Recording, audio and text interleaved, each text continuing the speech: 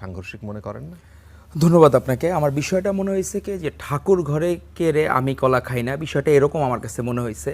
কারণ গুপ্ত রাজনীতি যারা করে, আমাদের আসলে সৌভাগ্য যে আমরা ফরহাদ ভাইয়ের মতো মানুষজনকে 24-এর গণ অভ্যুত্থান না হইলে এই বিপ্লবী ভূমিকায় দেখতে পারতাম না, আমাদের সৌভাগ্য।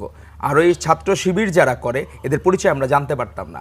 আমাদের কপাল ভালো, হাসিনা পালায়া যায় কিছু উপকার করে দিয়ে গেছে, যে আমরা এই মানুষগুলোকে চিনতে পারলাম কারা কারা শিবির করতো, আমরা তো কোনোদিন জানতামও না। আর ভাইয়ের কাছে তো একটা কথা বললো যে একটা গেমস মনে হয়, তো গেমস হলো কি সুইচ থাকে বিভিন্ন, তো একটা সুইচ টিপ দিলে ছাত্রলীগ, একটা সুইচ টিপ দিলে বৈষম্য বিরোধী, একটা সুইচ টিপ দিলে সাধারণ শিক্ষার্থী, আর একটা সুইচ টিপ দিলে শিবির হয়ে যায়। তো এখন হলো কি যে যাদের এতে আতে ঘা লেগেছে যে গুপ্ত রাজনীতি করা যাবে না, এরা যে বিভিন্ন জায়গায় সুযোগ পাইলেই যে মব করে।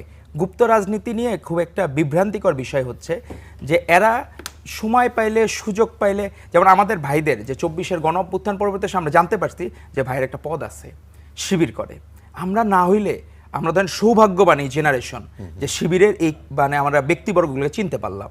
যে ইভেন দেখলাম যে গোলাম রাব্বানীকে গোপনে আমাদের ভাইয়ের সাথে যে ভিপি, সে গোপনে মেইনটেইন করতো যে বড় ভাই আমি কিন্তু আপনার হলের বা আপনার ইয়ের। তো এগুলা হইলো কি আমরা দেখি আর অবাক হই, এভাবেও গোপনে যে মেইনটেইন করে চলা যেত।